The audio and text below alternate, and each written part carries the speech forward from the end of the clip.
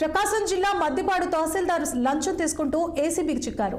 మండలానికి చెందిన ఓ వ్యక్తి తన భార్య డెత్ సర్టిఫికేట్ కోసం వీఆర్ఓ వద్దకు వెళ్లాడు. హైదరాబాద్ ప్రైవేట్ హాస్పిటల్లో తన భార్య చనిపోవడంతో సిటీలో డెత్ సర్టిఫికేట్ నమోదు కాలేదు. దీంతో దొడ్డవరం వీఆర్ఓ ద్వారా లేట్ రిజిస్ట్రేషన్ డెత్ సర్టిఫికేట్ తెప్పించేందుకు ప్రయత్నం చేశారు.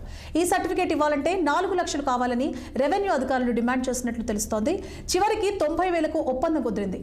అయితే లంచం ఇవ్వడం ఇష్టలేని సదరు వ్యక్తి ఏసీబీ అధికారులను ఆశ్రయించాడు. బాధితుడి వద్ద 90,000 లంచం తీసుకుంటుండగా వీఆర్ఓ కాపోలు అంకమరావు, తహసీల్దార్ సృజన్ కుమార్లను ఏసీబీ అధికారులు రెడ్ హ్యాండెడ్ గా పట్టుకున్నారు.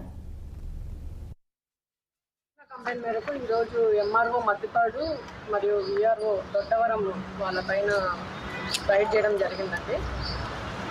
కంప్లైంట్ యొక్క వైఫ్ చనిపోయారు.